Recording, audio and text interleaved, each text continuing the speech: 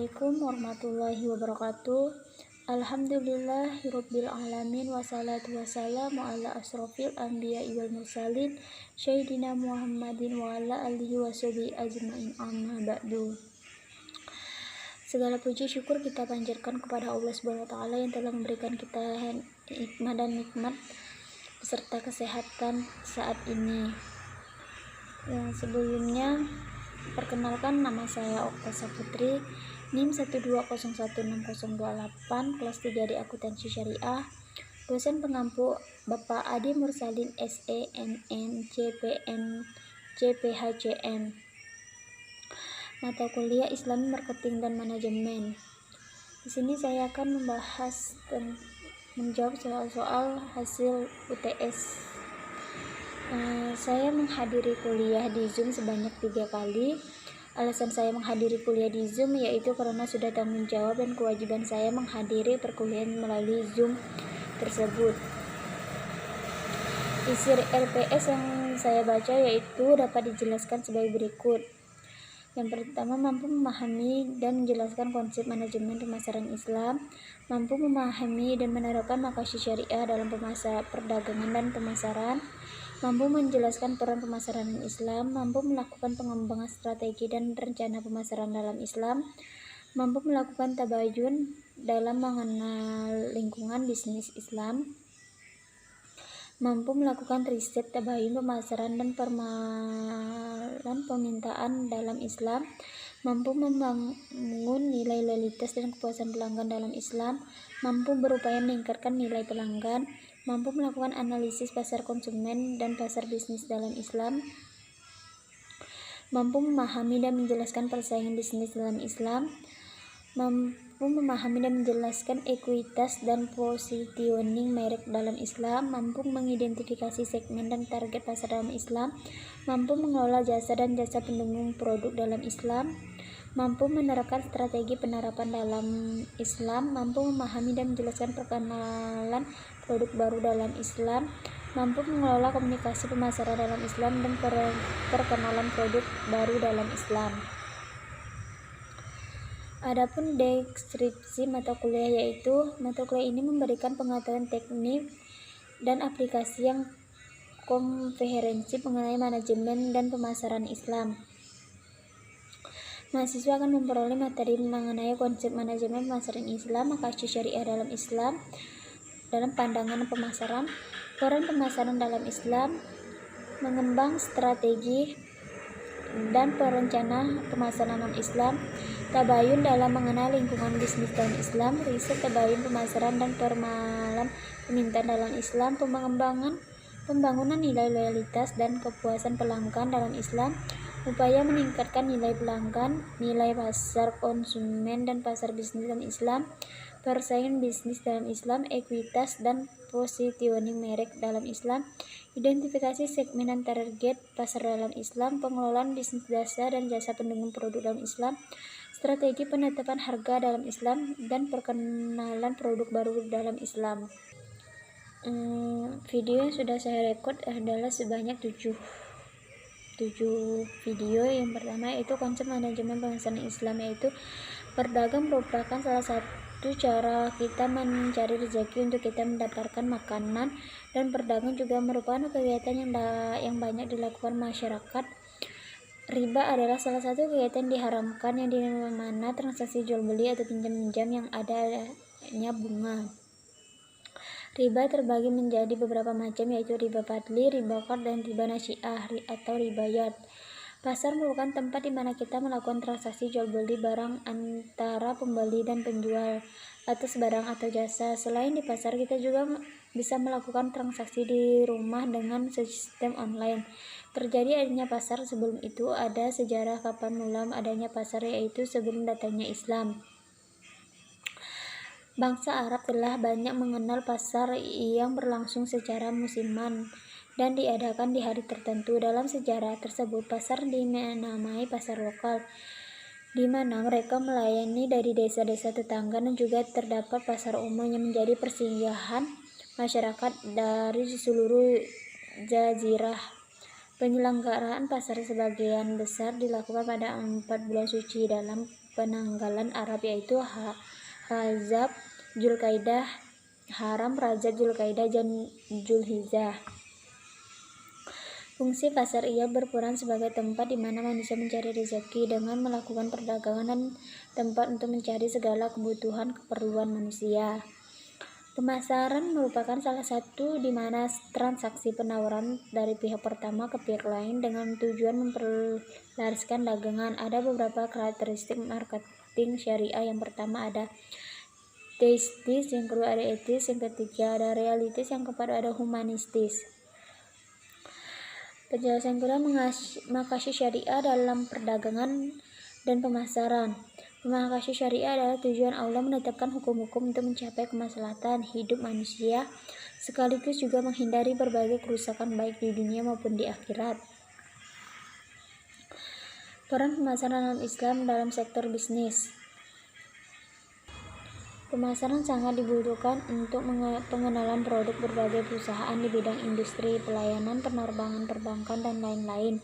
Dalam sektor non-profit, pemasaran kerap digunakan sebagai upaya promosi organisasi, perguruan tinggi, rumah sakit, dan berbagai kelompok kesenian atau komunitas lainnya untuk menarik permintaan. Bahkan, berbagai instansi pemerintah juga mengeluarkan kampanye pemasaran yang bersifat sosial, seperti kampanye anti rokok, anti narkoba, anti seks bebas, dan lain-lain. Dalam sektor internasional, pemasaran kerap digunakan oleh perusahaan multinasional yang bertujuan meningkatkan pemasaran global. Peran pemasaran dalam Islam sebenarnya tidak jauh beda dengan peran pemasaran pada umumnya. Yang membedakan hanyalah prinsip Islami dan tujuan akan keridhaan Allah Subhanahu wa taala yang ada dalam pemasaran Islam. Pengembangan strategi dan rencana pemasaran dalam Islam. Perencanaan pemasaran Islam merupakan perumusan usaha yang akan dilakukan dalam bidang pemasaran dengan menggunakan sumber daya yang ada dalam suatu perusahaan guna mencapai tujuan dan sasaran tertentu serta pada waktu yang telah ditentukan. Perencanaan strategi pemasaran adalah cara untuk dapat menentukan berbagai peluang menarik dari menyusun strategi yang menguntungkan. Tabayun dalam mengenal lingkungan bisnis Islam. Tabayun artinya mencari kejelasan tentang sesuatu masalah sehingga jelas dan benar keadaannya. Secara istilah adalah meneliti dan menyeleksi berita, tidak tergesa-gesa dalam memutuskan masalah baik dalam hal hukum, kebijakan, dan sebagainya sehingga jelas dan benar permasalahannya. Tabayun sangat penting untuk ditanamkan karena kita ketika menerima sebuah informasi harus mencari kebenarannya terlebih dahulu agar tidak menimbulkan fitnah dan merugikan diri sendiri maupun orang lain. Riset tabayun pemasaran dan peramalan permintaan dalam Islam. Riset adalah penelitian berasal dari kata re dan sret, mencari sesuatu yang baru menjadi hakikat dari kata riset. Bagaimana kita mencari sesuatu yang baru? Mencari sesuatu di belakang kejadian, fenomena, atau mencari penyelesaian masalah lewat riset atau penelitian. Riset dalam Islam merupakan sebuah penelitian yang dilakukan untuk mengangkat derajat umat Islam dan juga bermanfaat bagi kemaslahatan hidup manusia, baik itu secara teoritis atau akademik maupun secara empirik atau lapangan. Riset pemasaran dalam Islam sangat penting karena riset ini digunakan untuk melakukan pengumpulan, pengelolaan, analisis, dan interpretasi data secara sistematis sehingga dapat digunakan sebagai masukan dalam pengambilan keputusan di bidang pemasaran barang dan jasa. Pengembangan nilai loyalitas dan kepuasan pelanggan dalam Islam. Salah satu faktor penting dalam mempertahankan persaingan tersebut adalah meningkatkan loyalitas pelanggan perguruan tinggi. Loyalitas pelanggan telah diakui oleh para pakar pemasaran sebagai faktor penting dalam mempertahankan persaingan. Para pakar pemasaran menyatakan bahwa loyalitas pelanggan merupakan faktor yang sangat penting dalam mempertahankan persaingan, sebagaimana dikemukakan oleh Woodruff bahwa loyalitas pelanggan telah diakui sebagai sumber penting untuk mempertahankan persaingan yang berkelanjutan dalam hal retentasi pelanggan atau lama menjadi pelanggan, pembelian ulang, dan hubungan pelanggan jangka panjang. Salah satu faktor penting dalam mempertahankan persaingan tersebut adalah meningkatkan loyalitas pelanggan perguruan tinggi. Loyalitas pelanggan telah diakui oleh para pakar pemasaran sebagai faktor penting dalam mempertahankan persaingan. Banyak langkah-langkah yang dapat dilakukan dalam mempertahankan loyalitas pelanggan. Salah satu adalah memberikan kepuasan kepada pelanggan. Selama saya mengikuti perkuliahan via Zoom, saya tidak pernah menjawab pertanyaan karena jaringan saya kurang bagus dan keluar masuk Zoom, jadi saya tidak dapat menjawab soal-soal tersebut. Ketika saya menjawab soal, sudah dijawab oleh teman-teman saya yang lain, jadi saya ketinggalan terus dalam menjawab soal karena jaringan saya kurang bagus untuk nge-Zoom. Dalam surah Al-Jumu'ah ayat 10 yang berbunyi, فَإِذَا قُضِيَتِ الصَّلَاةُ فَانتَشِرُوا فِي الْأَرْضِ وَابْتَغُوا مِنْ فَضْلِ اللَّهِ وَاذْكُرُوا اللَّهَ كَثِيرًا لَعَلَّكُمْ تُفْلِحُونَ. Artinya, apabila sholat telah dilaksanakan, maka bertebalah kamu di bumi, carilah karunia Allah, dan ingatlah Allah banyak-banyak agar kamu beruntung. Surah Al-Maidah ayat 2 yang berbunyi, Ya ayyuhallazina amanu la tuhillu sa'airullahi wa la syahrul harama wa la hadaya wa la qalaida wa la minnal baita harumaya mayabtaghuna fadlan min rabbihim wa ridwanan wa iza halaltum fadtadu wa la yajrimannakum san'anu qaumi an saddakum ani masjidil harami an ta'tadu wa ta'awanu ala ibra wal taqwa wa la ta'awanu ala wal udwan wattaqullaha innallaha syadidul iqab. Artinya, wahai orang-orang yang beriman, janganlah kamu melanggar syiar-syiar kesucian Allah, dan janganlah melanggar kehormatan bulan-bulan haram.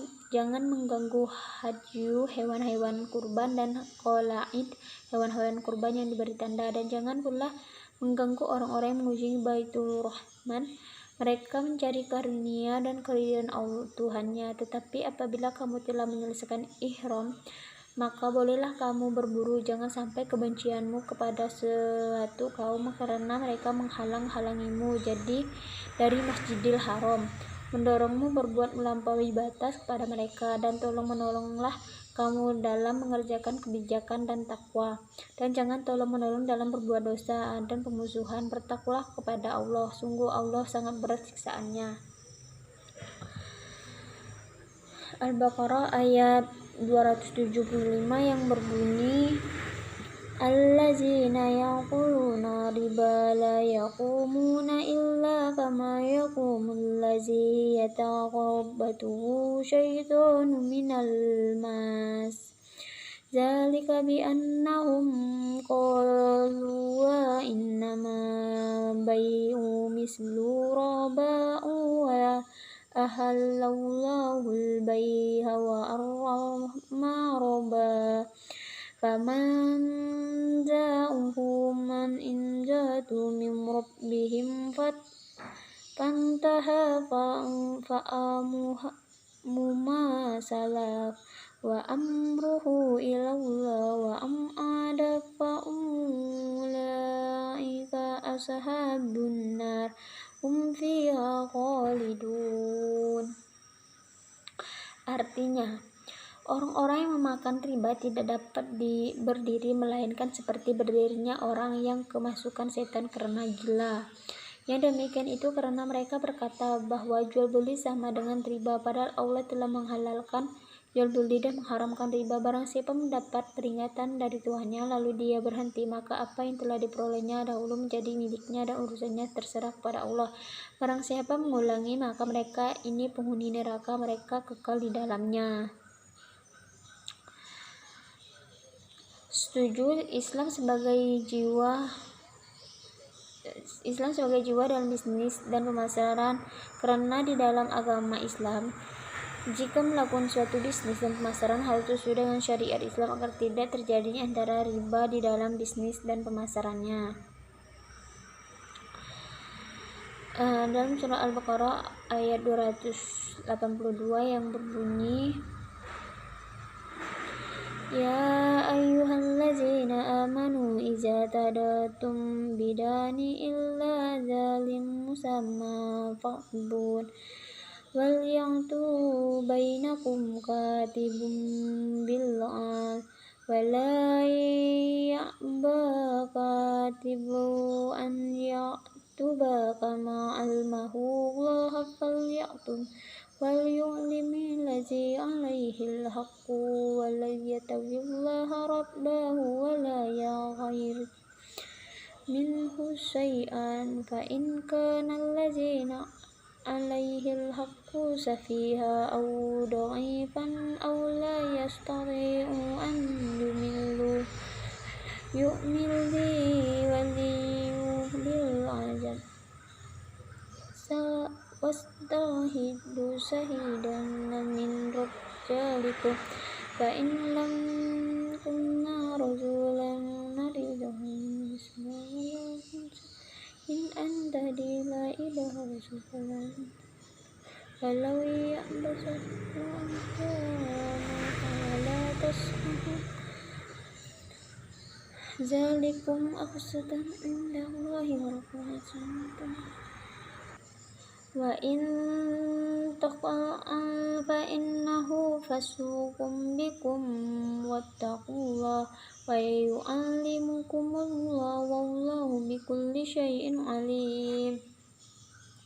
Artinya, wahai orang-orang yang beriman, apabila kamu melakukan utang piutang untuk waktu yang ditentukan, hendaklah kamu menuliskan, dan hendaklah seorang penulis di antara kamu menuliskan dengan benar. Janganlah penulis menolak untuk menuliskannya sebagaimana Allah telah mengajarkan kepadanya, maka hendaklah dia menuliskan, dan hendaklah orang yang berutang itu mendekatkan, dan hendaklah dia bertakwa kepada Allah Tuhan, dan janganlah dia mengurangi sedikit pun darinya.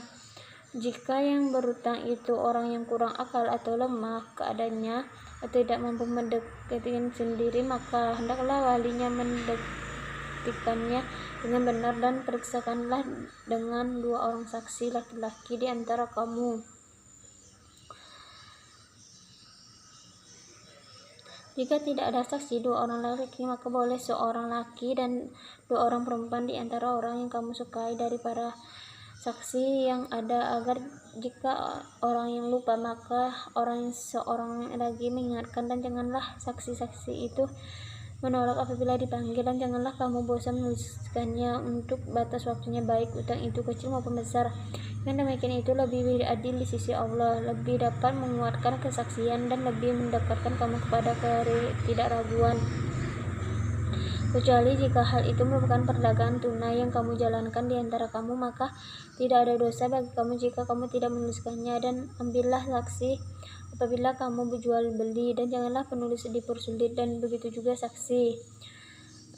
Jika kamu lakukan yang demikian, maka sungguh hal itu suatu kefasikan pada kamu, dan bertakwalah kepada Allah. Allah memberi pengajaran kepadamu, dan Allah Maha mengetahui segala sesuatu. Isi kandungannya ayat ini yaitu menjelaskan tentang tata cara dalam utang piutang. Hendaknya melakukan pencatatan mengenai waktu dan jumlah utang tersebut dengan cara yang baik, adil, dan jujur. Tidak melakukan manipulasi atau menzalimi yang lain. Hendaklah disaksikan oleh 2 saksi laki-laki yang mempunyai, dan jika tidak terdapat orang saksi dari laki-laki, diperlukan satu laki-laki dan 2 perempuan. Hal itu agar jika salah satu lupa atau lengah, yang lain dapat mengingatkan agar tidak lalai untuk mencatat semua jenis utang-utang, baik yang besar maupun yang kecil.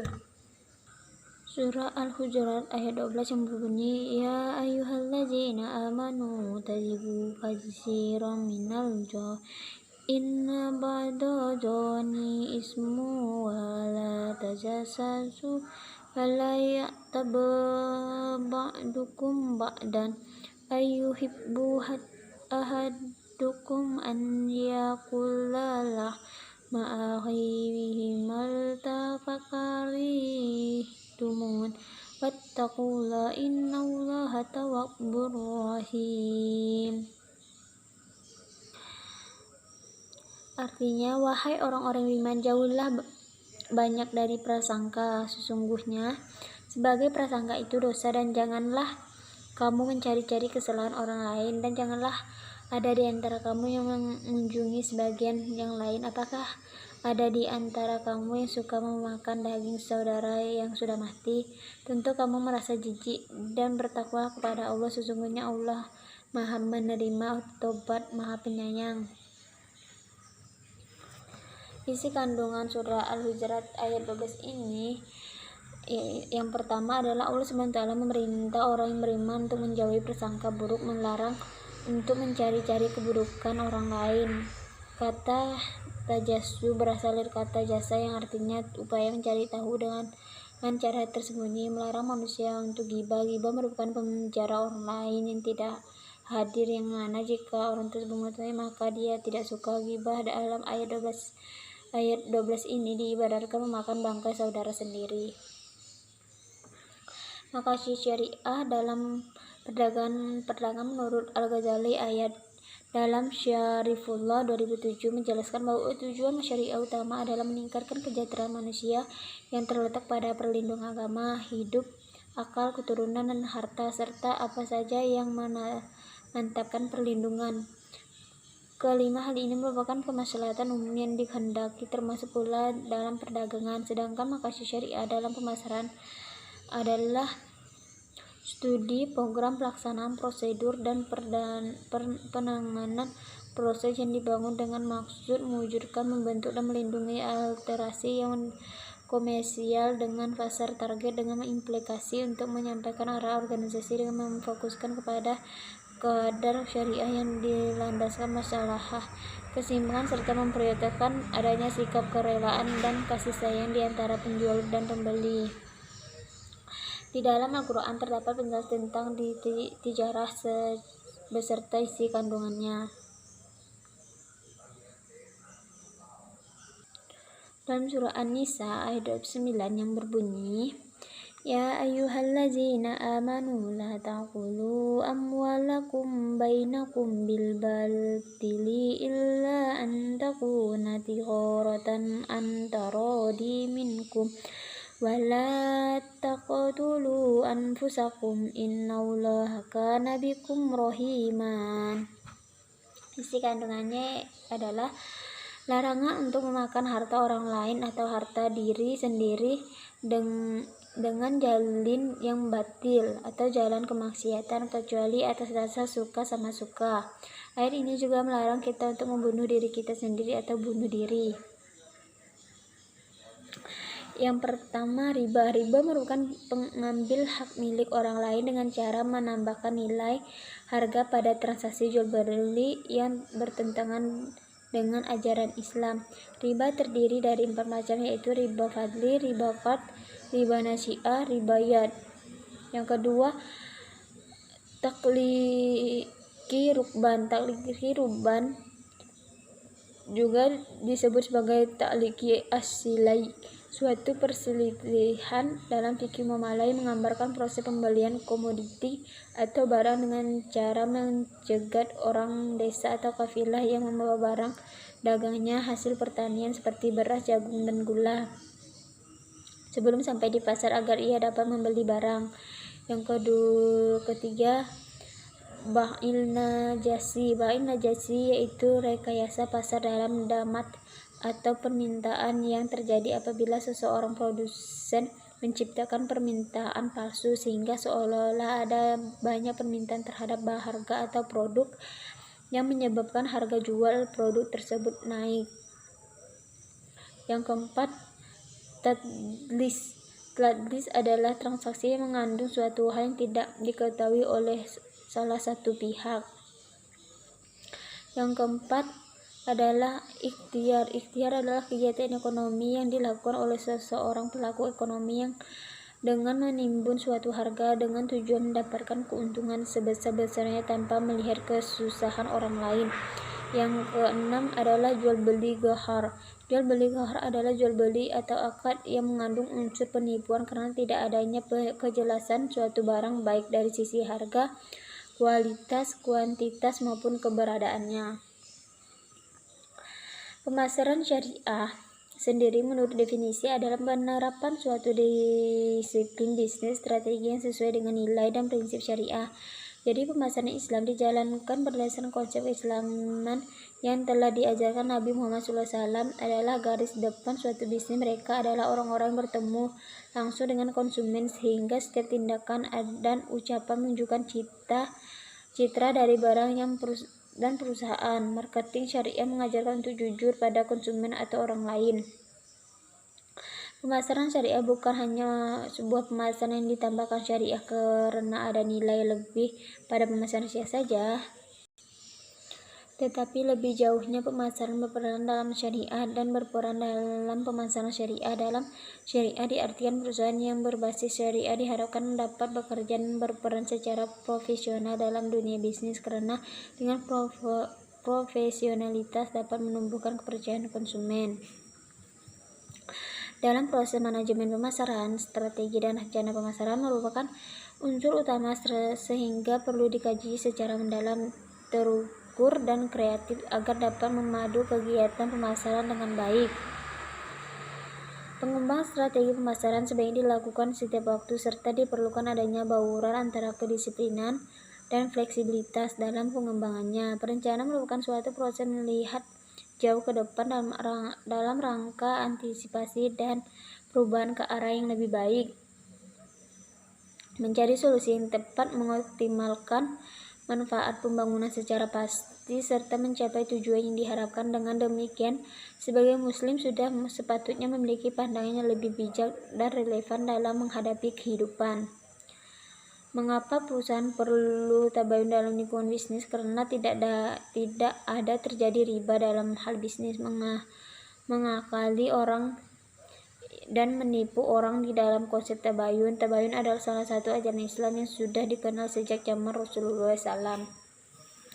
Dalam dunia modern seperti ini, saat ini tabayun bisa diartikan sebagai cek dan tricek atas sebuah kabar yang beredar pada lingkungan bisnis. Dalam surah An-Nisa yang berbunyi, Ya ayyuhallazina amanu iza darabtum fi sabilillahi fatabayyanu wa la taqulu liman alqa ilaikumul salama laita mu'mina tabtaguna aradda watidu ya fa'idallahi ma'alniku kashiron kazalika kuntum min qablu famanna Allah alaikum fatabainakum innallaha kana minal ta'maluna khabir. Artinya, hai orang-orang beriman, apabila kamu pergi berperang di jalan Allah, maka telitilah dan janganlah kamu mengatakan kepada orang yang mengucap salam kepadamu, kamu bukan seorang mukmin, lalu kamu membunuhnya dengan maksud mencari harta benda kehidupan di dunia. Karena di sisi Allah ada harta yang banyak, begitu jugalah keadaan kamu dahulu. Allah lalu mengandungkan nikmatnya atas kamu, maka telitilah, sesungguhnya Allah Maha mengetahui apa yang kamu kerjakan. Saat ini riset pemasaran sangat penting untuk dilakukan. Manajer perbankan syariah harus mengumpulkan lebih banyak informasi untuk membuat keputusan terbaik. Pemenangnya adalah yang memiliki informasi. Seorang manajer bisa mendapatkan informasi faktual tentang pasar dengan menggunakan riset pemasaran. Riset pemasaran memiliki langkah-langkah dan dilakukan oleh penguasa. Riset pemasaran harus dilakukan secara terus-menerus untuk mengetahui informasi tentang peluang dan ancaman. Seorang manajer akan membuat keputusan terbaik dengan menggunakan informasi ini.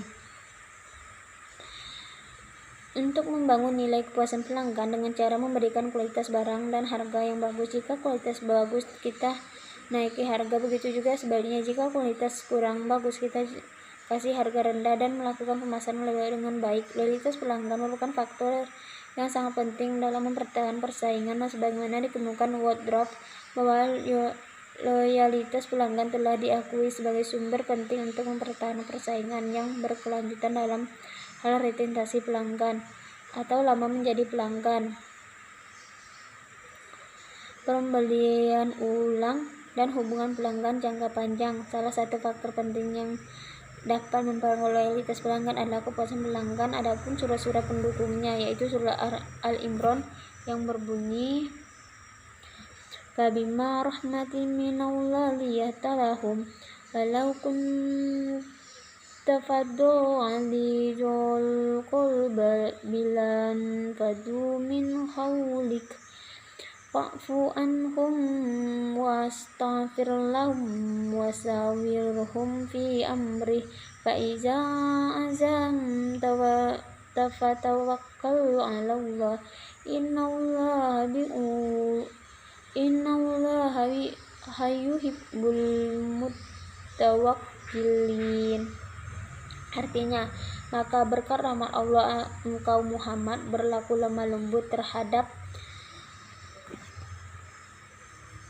mereka sekiranya engkau bersikap keras dan berhati kasar.